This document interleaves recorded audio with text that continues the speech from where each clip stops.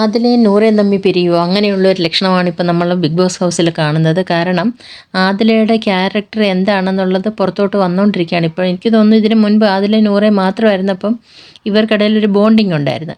ഇപ്പം യഥാർത്ഥത്തിൽ ഇവിടെ വന്ന് പല ആൾക്കാരുമായിട്ട് ഇങ്ങനെ മിങ്കിൾ ചെയ്യാൻ തുടങ്ങിയപ്പം ആദിലയുടെ സ്വഭാവത്തിൽ എന്തൊക്കെയാണെന്നുള്ളത് നൂറ ഇപ്പോഴാണ് മനസ്സിലാക്കി തുടങ്ങിയെന്ന് തോന്നുന്നു. കാരണം ഇന്ന് രാവിലെ മുതലല്ല, കുറേ ദിവസം കൊണ്ട് ആദില ഇങ്ങനെ ഭയങ്കരമായിട്ട് അനീഷിനെ ഇറിറ്റേറ്റ് ചെയ്ത് അനീഷിനോട് എപ്പോഴും വഴക്കുണ്ടാക്കി കൊണ്ടിരിക്കുന്ന ഒരു പ്രവണത കാണിക്കുന്നുണ്ട്.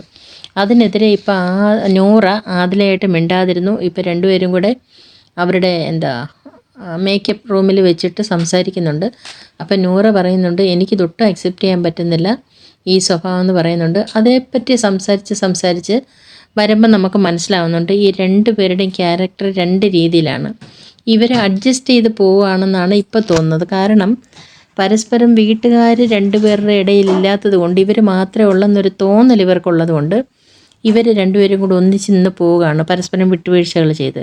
പക്ഷേ ഏതെങ്കിലും ഒരു ഫാമിലി ഇവർക്കിടയിലോട്ട് വന്നു കഴിഞ്ഞാൽ ഒരു പക്ഷേ ഇവരുടെ ബന്ധം അകന്നു പോകും. ഇന്നത്തെ ഈ സംഭാഷണം അതാ സൂചിപ്പിക്കുന്നത്.